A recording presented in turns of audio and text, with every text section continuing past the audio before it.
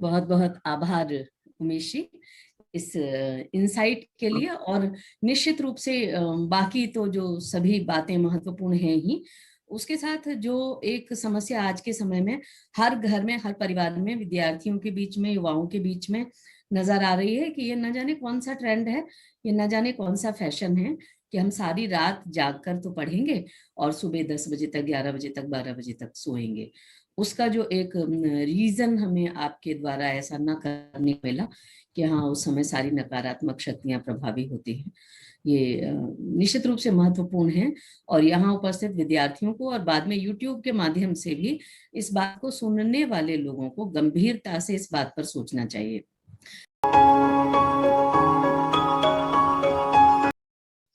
अभी हमारे देश में जो एक प्रचलन चला है कि रात में 2-2, 3-3 बजे तक पढ़ रहे हैं बच्चे, ये हमारी संस्कृति से बिल्कुल भी मेल नहीं खाता। ये हमारे यहाँ का है ही नहीं। ये पता नहीं कहाँ से आया है। ये पूरी तरह से अप्राकृतिक और अवैज्ञानिक है बच्चों। लेकिन अभी आपको बहुत मुश्किल का, हम वो छोटे छोटे थे, हमें याद है हम लोग सही टाइम पे सो जाते थे और हमें हमारे मम्मी पापा वगैरह जितनी भी हमारी पढ़ाई रही है, बहुत ज्यादा तो नहीं रही है, लेकिन उस दौरान भी ये प्रचलन था कि हमें सुबह 4 या 4:30 या 5 बजे उठाया जाता था। उस वक्त ये भी था, उस वक्त जो हम लोग याद करते थे वो हमेशा के लिए याद रहता था बच्चों।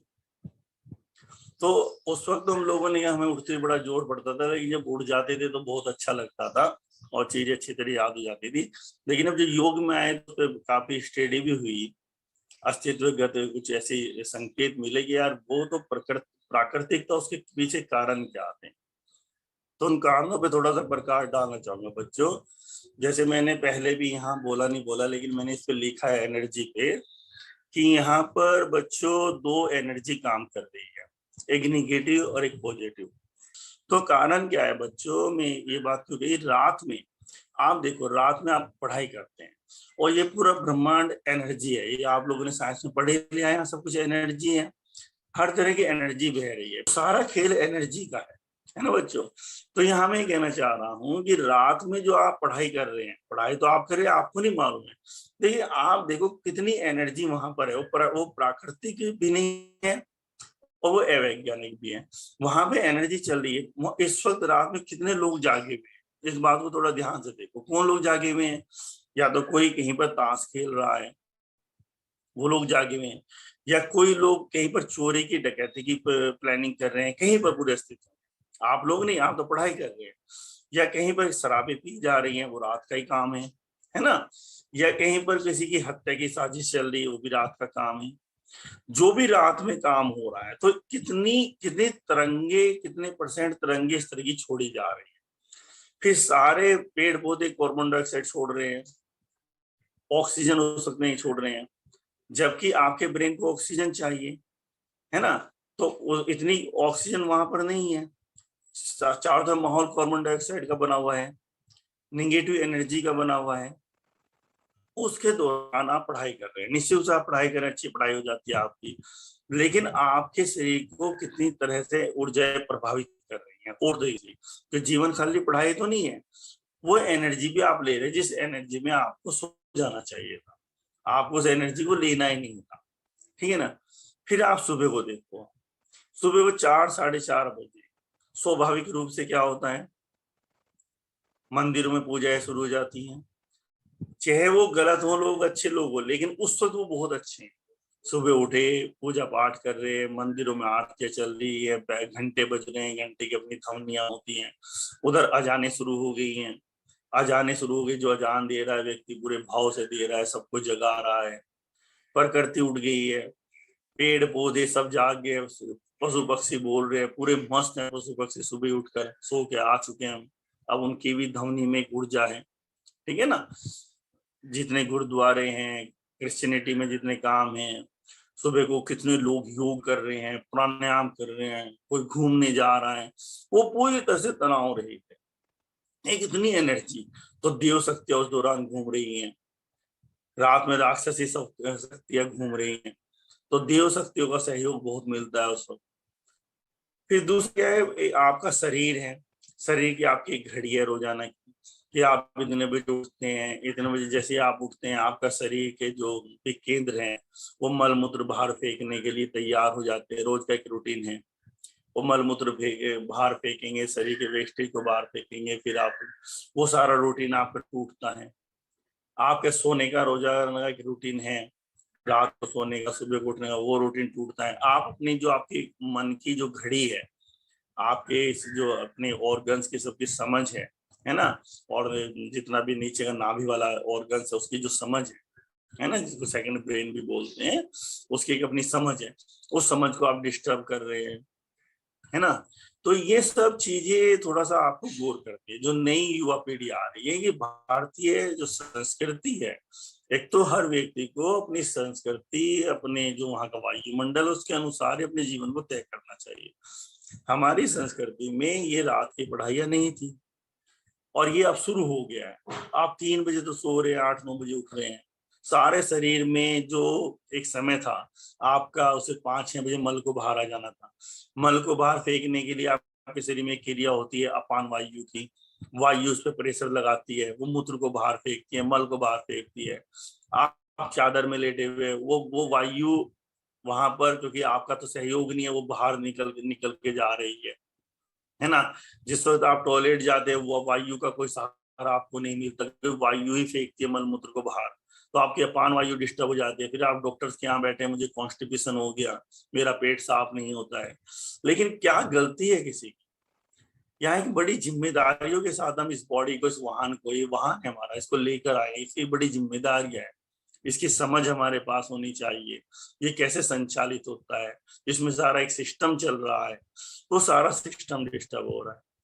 अब ये प्रश्न उठता है क्योंकि आप अभ्यस्त हो चुके हैं, और अभ्यस्त होने पर कैसे इसको हम दोबारा से सिस्टम में लाएं। तो उसके लिए बच्चों तरीका ये, धीरे धीरे से सिस्टम में करो। मैं नहीं चाहता इसी परीक्षा में करूं, लेकिन आप इसी परीक्षा में कर सकते हैं, क्योंकि आपको पहले से 1 महीने पहले से आदत पड़ गई योग के लिए उठने के लिए। तो आप ये काम कर सकते हैं। आप रात को मत पढ़ें, आप सीधे सोएं अपने टाइम पर। थोड़ा उठने का जल्दी, अभी भी उठ रहे हैं आप, देखो 5:30 बजे क्लास है, 4:30 उठ ही जाते होंगे। आप वो समय लो पढ़ाई का। आप 3:30 बजे के बाद कभी भी उठ सकते हैं, वो समय उसका प्रकृति के उठने का हो गया है। पूरी देव शक्तियां चारों तरफ से, बहुत पॉजिटिव वाइब्रेशंस, हर व्यक्ति शुद्ध, हर व्यक्ति अच्छा सोच रहा है, जो भी अच्छा सोच रहा है वो उठा हुआ है, उनकी शक्ति आपके साथ मिलेंगी, और आप बहुत अच्छी तरीके से कम समय में ज्यादा चीज कलेक्ट कर पाएंगे। लेकिन फिर भी जो लोग हैं जो अभ्यस्त हो चुके 12-1 बजे के, वो धीरे धीरे टाइमिंग को, मान लो 1 बजे सो रहे, 8 बजे उठ रहे हैं, तो पैसे करे 12 बजे लेट जाए, उधर 6 बजे कर दे, फिर 11 बजे लेट जाए, उधर 5 बजे कर दे, या आधा घंटे का, ऐसे धीरे धीरे बॉडी को अभ्यस्त करते। एकदम से करेंगे तो बॉडी का सिस्टम बिगड़ेगा जो आपने बना दिया है। लेकिन इसकी टेक्निक होती है, बॉडी को धीरे धीरे लेवल में लाया जाता है। जैसे आप आसन धीरे धीरे करते हैं, धीरे धीरे उसकी सिस्टम में आनी शुरू हो जाती है, बिगड़ चुकी है ना वो, ऐसे हमारी बॉडी का अंदर का एक सिस्टम चल रहा है, उस सिस्टम को धीरे धीरे लाना है। तो ये बड़ी महत्वपूर्ण बात मैं कहना चाहता हूँ, ये हमारे पूरे भारत देश में पहुंचेगी। भारत ने बड़ी बड़ी खोजें की हैं, उनका समय निर्धारित हुआ है। हमें प्रकृतिगत होने की कोशिश अभी से करनी चाहिए। प्रकृति का, हम जाते हैं मंदिरों में जा रहे हैं, मस्जिदों में जा रहे हैं, अंतिम ध्येय तो देखो सबका परम शक्ति का मिलन ही है, हर व्यक्ति चाह रहा है। लेकिन उससे पहले 2 सूत्र है जो ओजिमा कहता है। ओजिमा कहता है केवल अगर परम शक्ति को पाना है तो 2 सूत्र ओजिमा काम करता है, प्रमाणिकता, प्रकृतिगत। पहले प्रमाणिक हो और प्रकृतिगत हो। प्रकृति के अनुसार प्रकृति किस वक्त उठ रही है, किस वक्त प्रकृति के सिस्टम कैसे चल रहे हैं, उसको गौर करो कि प्रकृति का अपना सिस्टम क्या है। इनका पशु पक्षियों को गौर से देखो, इनका सिस्टम क्या है, कैसे चलते हैं सारे पशु पक्षी, उनको फॉलो करना शुरू करो। फिर प्रमाणिक तो थोड़ा मुश्किल है समाज में, लेकिन कम से कम अपने लिए प्रमाणिक होने शुरू हो जाओ। जैसे हम कह देते हैं मेरे अंदर ये कमी नहीं है, मेरे अंदर ईर्ष्या नहीं है, मेरे अंदर क्रोध नहीं है, हमने वो सारा जो हमारा सर्च होनी थी अपने ऊपर, जो हमें होश होनी थी, उसका सारे सूत्र हमने बंद कर दिए। एक तो स्वीकार करो अपनी हर चीज को, कोई कमी नहीं है, वो कमी हमारी नहीं है, परमात्मा ने दी हुई व्यवस्थाएं हमारी। तो प्रमाणिक होने का तरीका, चाहे मेरे अंदर काम वासना हो, चाहे मेरे अंदर ईर्ष्या हो, मेरे अंदर क्रोध हो, चाहे मेरे अंदर लोभ हो, धन की तरफ मेरा आकर्षण हो, कुछ उसे पहले स्वीकार करो, हाँ ये मेरे अंदर है, स्वीकार, किसी और से ना कहो, स्वीकार करो। ये सबसे बहुत अच्छी टेक्निक है कि प्रमाणिक होना पड़ेगा आपको। प्रमाणिक हुए बिना आप गति कर ही नहीं सकते, कोई नहीं कर पाएगा इस पृथ्वी पे, कोई भी नहीं कर पाएगा। जितने बुद्ध महावीर या जितने संत हुए, शिष्यों ने उनकी चीजें काट दी हो, निश्चित से काट दियो, क्योंकि उन्हें पता है लोग पढ़ेंगे तो क्या आगे होंगे। लेकिन ऐसा कोई नहीं संत हुआ होगा जिसने अकेले में प्रयोग प्रमाणिक होने के ना किए। तो प्रमाणिक होने का अपने आप को स्वीकार करना, मेरे में ये चीजें हैं, ये होती है। मैं सड़क पर जाता हूँ तो ऐसा भाव होता है, धन देखता हूँ तो ऐसा भाव होता है, कोई मेरे आगे बढ़ जाता है, मेरे से आगे निकल जाता है तो मेरा पहले से स्वीकार कर लो। उस जख्म को, अपने उस नासूर को या उस वृत्ति को गौर से देखना शुरू करो, ये है मेरे अंदर, तब तो उसका निवारण होगा। हमारे शरीर में कोई जख्म हो रहा है, हम उसको देखना ही ना चाहें तो उसका इलाज भी कभी नहीं होगा, कभी नहीं हो पाएगा। वो अवसर आने पे उभरेगा ही उभरेगा। तो प्रमाणिक होने की कोशिश करो, किसी और को है ना, डायरी में स्वीकार करो बच्चों।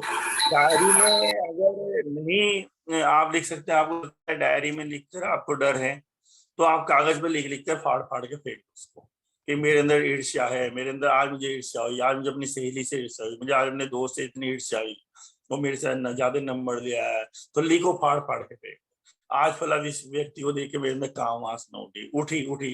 अगर आप चाहते कोई आपकी डायरी ना देखे तो लिखो और फाड़ कर उसे फेंक दो। आज मेरे अंदर, वहां मैं बैठा था ऑफिस में, मेरे अंदर धन आया तो धन की तरफ मैं आकर्षित हुआ, लिखो फेंक दो, लिखो फेंक दो, इतना तो करना शुरू करो। दो ये सूत्र ऐसे हैं, अगर जो अंतिम ध्येय को पहुंचना है तो योग प्राणायाम ध्यान हम करते रहेंगे, ऐसा नहीं, सहयोगी है, बहुत सहयोगी है, लेकिन हम वहां तक नहीं पहुंच पाए। वहां तक पहुंचने के तो अभी तक ओजिमा की जितनी समझ है, हो सकता है इससे भी ऊपर के सूत्रों, अभी ओजिमा ये कहता है कि प्रमाणिक प्रकृति का, प्रकृति को देखो, पशु पक्षियों को देखो, गिलहरी को देखो, कुत्तों को देखो, बिल्लियों को देखो, ये कैसे कैसे चल रहे हैं, इनके अनुरूप होने की कोशिश करो, इनकी चाल डाल, इनका सोचना, इनका बैठना, इनको देखो और प्रमाणिक हो जाओ। जितना भी प्रमाणिक हो सकते हो अपने साथ हो जाओ, पहले मेरे अंदर ही है भाई, फिर छोटे छोटे प्रयोग करो उनके, फिर देखो, फिर होश जगाओ, फिर देखो। तो ये थोड़ी सी बातें, समय हो गया है, 7:25 हो गए हैं, तो ये टिप्स मैंने देने की कोशिश की है। कोई अति आवश्यक प्रश्न किसी का हो। बहुत ही महत्वपूर्ण बात आज के इस सत्र के माध्यम से सामने आती है। अब मैं आमंत्रित करना चाहूंगी, थोड़ी देर 15 मिनट का समय हम लोग ले सकते हैं कि अगर किसी के पास कोई प्रश्न हो, किसी की कोई शेयरिंग हो, चाहे हमारे साथ बहुत सारे ओजिमा साधक जुड़े हुए हैं, सभी का बहुत बहुत स्वागत है। सबके नाम देखकर मुझे अच्छा लग रहा है, और यहाँ के जो नियमित प्रतिभागी हैं इन सत्रों के, वो भी सब जुड़े हुए हैं, विद्यार्थी जुड़े हुए हैं। तो किसी के पास में भी कोई प्रश्न हो तो आप अपने आप को अनम्यूट कर लें और जरूर पूछ लें। आज उमेश जी के यहाँ पर होने का लाभ जरूर उठाएं, और कोई जिज्ञासा हो, कोई शेयरिंग हो, कोई अनुभव हो, तो वो भी आप जरूर बांटें अपने आप को अनम्यूट करके। हाँ बोलिए, आपकी आवाज आ रही है।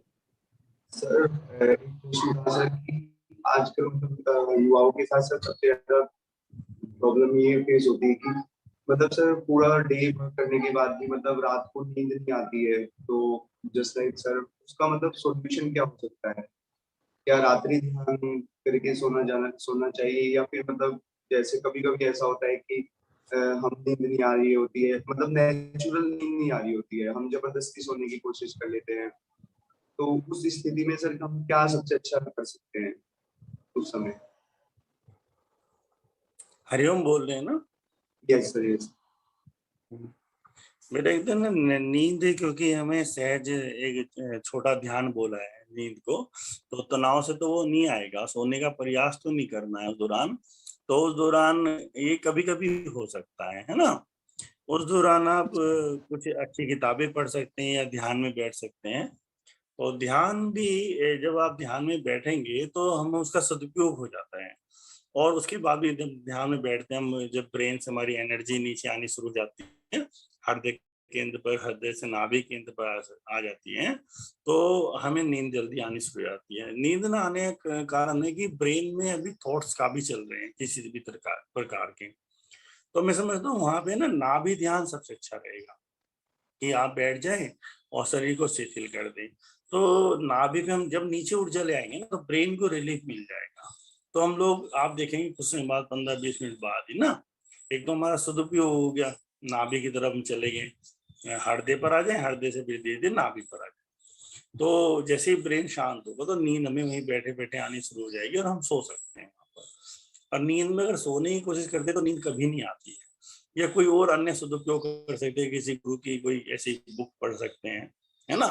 तो इस तरह की चीजें का कर सकते हैं। लेकिन कभी कभी होगा अगर हम लोग अभ्यस्त हो गए, अगर हमें चीजें पार्टियां खींच रही हैं, बर्थडे खींच रहे हैं या बाहर घूमना खींच रहा है, तो उसका तो कोई निवारण नहीं है इस तरह से कि वो लोग ध्यान में बैठेंगे या योग में बैठेंगे, उनका तो नहीं है।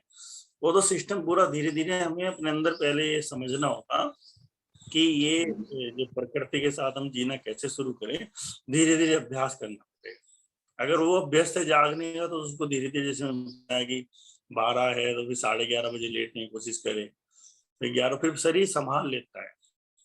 और अगर अभ्यास की कभी कभी की बात है तो कभी कभी तो सभी के साथ हो जाता है, उसका सदुपयोग किया जा सकता है ना। और ध्यान में नींद आएगी तो वो नींद कवर भी कर देगी। मान लो आपके 2 घंटे लॉस हो गए तो वो ध्यान की नींद इतनी गहरी होती है तो वो कवर कर देती है। Okay, thank you sir, thank you. अन्य किसी मित्र का कोई प्रश्न हो तो भी पूछ लें। आचार्य सचिन से अनुरोध करूंगी कि इस प्रश्नोत्तर सत्र को आगे बढ़ाएं। जी, शिल्पा शुक्ला हमारे साथ हैं। उनका एक प्रश्न चैट बॉक्स में आया है। मॉर्निंग में नींद खुलने के बाद रिटर्न से नींद आती है सर, उस नींद को कैसे पूरी तरह खोलें?